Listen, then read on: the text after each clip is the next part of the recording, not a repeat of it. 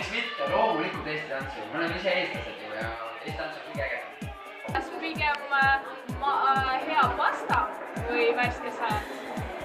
Kindlasti võib-olla ideaalis võiks olla õhtu lõpetuseks värske salat, aga eks tantsijad on ka inimesed ja vahel võib pastat ka süüa. Aitäh sulle, Vistu-Viis!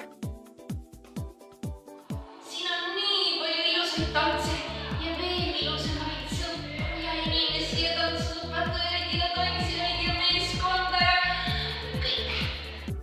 Mina vastutan kogu selle tele eest.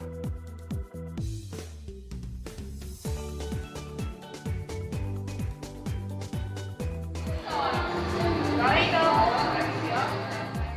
Räägi meile, mida sa teed? Mida mina teen? Jah. No minu esimene ülesanne on ikka vaadata, et kõik teised teavad, mis nemad teevad ja siis tunda rõõmu koolitantsust.